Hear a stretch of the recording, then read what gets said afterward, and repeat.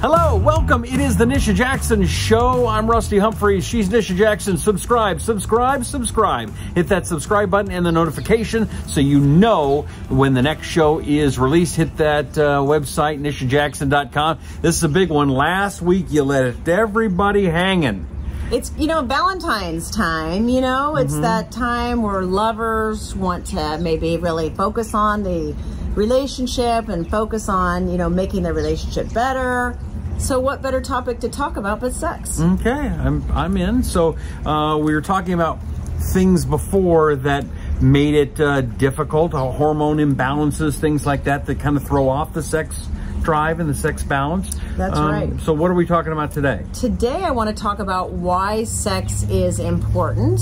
Why is it important for your health? We talked last time about what drives a low sex drive and what happens that kills a sex drive, whether it be how you feel about yourself, the foods that you're eating, your hormone levels, what kind of hormones can be imbalanced that can lead to a low sex drive. So we went through all of that last time, but this time I want to talk about what are some of the health benefits that you get overall with good sex, and also what you can do to make your sex drive better. Okay. So I'll quit beating around the bush. The number one most important thing is you live longer if you have regular good sex. Come on. No, I'm not kidding. You live longer. You can improve your lifespan by just having good sex. Hugh Hefner made it pretty long. There's one proof of the pudding. Yeah, so sex is not only good for your mood, it's not only good for your psyche, it's not only good for really everything else, it really helps you live longer. Why? Well, there's a lot of reasons, and I'm going to get to them in a minute, but improving your sensation of calmness, improving your mood, improving your physical activity, because there is physical activity involved here, right? Improving your outlook, improving how you feel about yourself. These are all the things that happen when you have good sex. Those people live longer. It reduces inflammation in your body. It releases a hormone called oxytocin, which makes you more lovely. It makes you feel more lovely. It makes you feel more connected to your partner. Nice. So why wouldn't we want all of those things? I mean, if you think about it, it reduces anxiety. It creates a sensation of, like I said, calmness. It lifts up the mood. People find, especially women find, that they like themselves more when they have regular good sex. Interesting. Now, I'm not talking about going out and just getting crazy with sex. I'm talking about having a good sexual relationship, because that's really where most of the health benefits come from. So, and we know that orgasms, I'll just come out and say the word, orgasms release many hormones that help you live longer. We know that good hormones are manufactured when women have orgasms, and men, not just women, but we know that it makes them happier and healthier and gets their chemistry just right. So people who say to me, women who say to me, and I hear this all the time, women say to me, I don't really care if I ever have sex again. It just drives me nuts. It's just a waste of time. It's too much energy. I'm exhausted when I come home at night. And it's just one more thing that we have to do as women. And I feel so sad for women who say that, because it could be so great. So this protective benefit that you get by having an orgasm, it protects your heart, it protects your brain, it protects your psyche. The list just goes on and on and on. And this is not just something that's been looked at a little bit, it's been looked at a lot. Why is it not being discussed very much? Is it just that sex is a taboo subject to talk about it? What do you think? I don't know. From a medical point of view. I don't know. I think medical providers often are not educated in this area. Okay. Maybe they all should go get my book, Brilliant Burnout, and turn to chapter 8, because I list all the health benefits in this chapter about why sex is so good for women. And it even reduces the risk of breast cancer. Really? So not only can you lose weight, have control over your cravings, have a reduced appetite, feel better about yourself, live longer, you can actually have a reduced incidence of breast cancer. I had no idea. These are a lot of benefits, yeah, all right? There's a lot of things going on here. So I want to talk about also the important things that you can do that would improve your sex drive. So the most obvious one that we talked about in the last show is to go have your hormones tested. And it's not just, am I in menopause hormone? And I hear this from women all the time. Oh no, my doctor checked my hormones. I'm not in menopause. It's not that testing, okay? That's called an FSH. This is your full hormone test. So it looks at estrogen, progesterone, testosterone, your full thyroid panel, and it looks at all of your stress chemicals, the hormone chemicals. So getting all of those balanced are really important. Again, if you're confused about what this means, you don't know what I'm talking about, this show is not about testing your hormones. It's about sex related to low hormones. So go buy my book. It's called Brilliant Burnout. You can get it on Amazon. You can get it on my website. But get the book and read the chapter on hormones and read the chapter on thyroid and read the chapter on sex. Just 3 chapters. You don't even have to read the rest of the book. But read those chapters because it'll tell you what you should be tested for. You mentioned menopause. You know, a lot of women at that point, done. Exactly. And that's not what you're saying here, right? Yes. I'm even concerned about women in their 70s not having a sex drive. So you should be able to enjoy sex your whole life. So, so besides getting your hormones tested, there are some foods that you can eat that actually increase your sex drive. So this would be beyond balancing your hormones, avocados. Because guess where your hormones are, what your hormones are made from? So avocados be fat. Fat, good fat. No, they're not made from avocados, but they're made from good fat. So you have to have good fat in your diet in order to make hormones that keep you stable. So we know that figs are a very important source of iron, magnesium, and zinc. And all of those things are very important for optimizing your sex hormones. Oysters, which I cannot get on. I was going to ask you about I can't deal with oysters, but oysters are very much loaded with omega-3 fatty acids, and that is also important for improving your sex hormones. Chocolate, need I say more? That's it. I'm capitalizing on chocolate. Having just 1 ounce of dark chocolate, especially in the late afternoon or evening, can actually improve your interest in having sex. Stopping smoking, obviously improving circulation is very important for optimal sex drive. If you're having a difficult time with sexual functioning, meaning maybe you're having an inability to achieve an orgasm, especially for a woman, this is also true for men. I recommend a product that we have on our website called Stamina. It's exactly what it says it is. It improves the circulation to the pelvic organs, but it also improves the circulation to the heart. So it's good for your heart.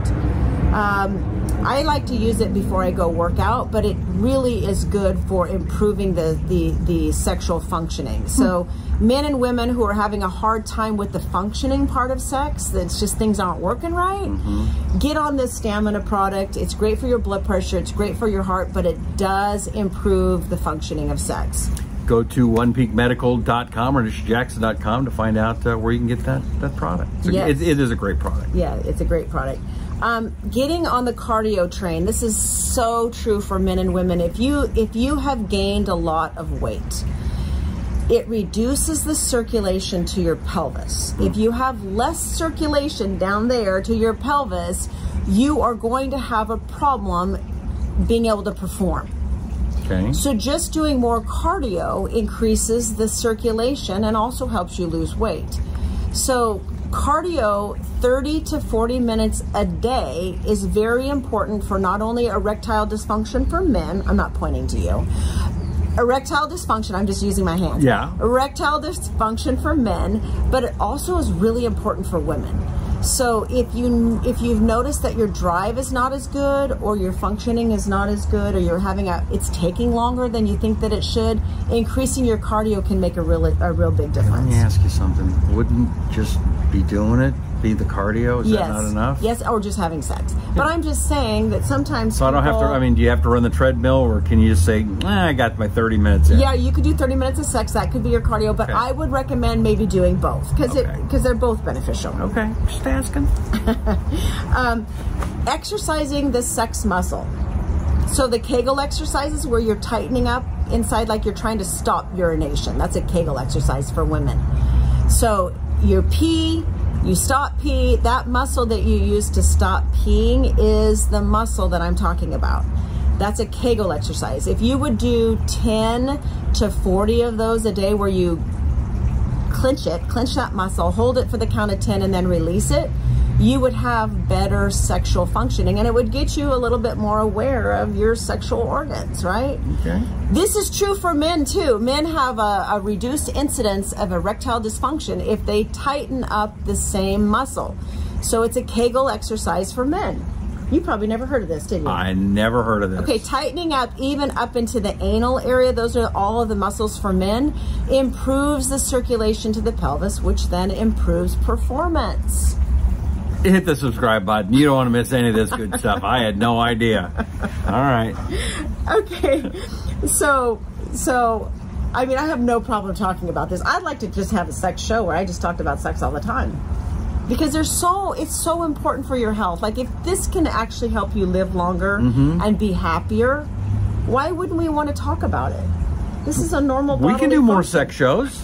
I mean, if you want to be the new Dr. Ruth, I'm all in.